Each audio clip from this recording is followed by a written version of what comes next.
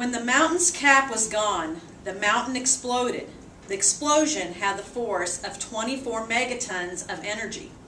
A lateral blast of ash, magma, rocks, and sand reached 100 stories high. It spread 10 miles wide and plowed down valleys and over ridges at speeds of up to 300 miles per hour. The eruption turned 230 square miles of forest into wasteland. 520 million tons of ash was blown nearly 16 miles up into the sky. The eruption continued for 9 hours. The ash cloud traveled eastward across the northern U.S. at speeds of 60 miles per hour. Within minutes of the blast, most of eastern Washington was in total darkness. When I hear the word megatons, I am confused on what point the author was trying to make. I know that in order to get the full meaning from this section, I need to stop and use a fix-up strategy to determine the meaning of the word. I am not able to gain meaning from the context or the words around it, so I will break the word down into its separate parts. I know that mega means a million, and I know what a ton is, so I'm speculating that the word megaton means a million tons. As I continue to read, I see that the author describes specifically the damage of the explosion. He talked about the eruption turned 300 square miles of forest into wasteland. 520 million tons of ash were blown nearly 16 miles up into the sky.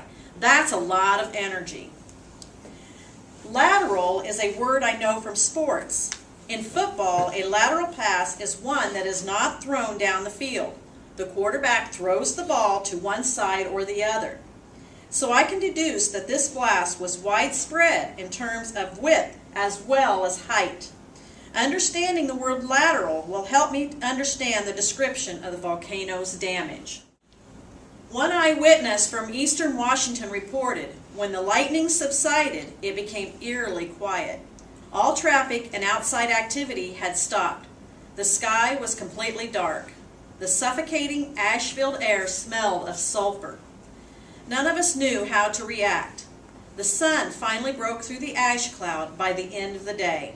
In the twilight, we could see that the gritty, gray ash had covered the landscape. There was no color anywhere, only gray. 125 people survived the blast zone. Many of them offered their own eyewitness account of the blast. 57 people perished, including David Johnson.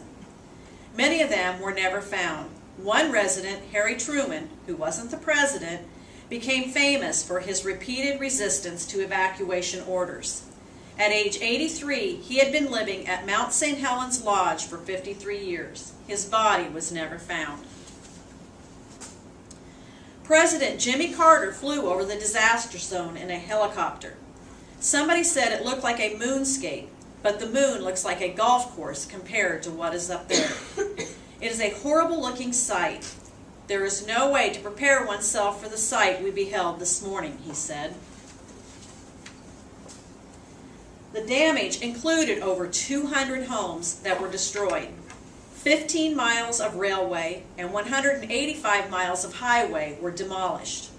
Over 7,000 bear, deer, and elk were killed.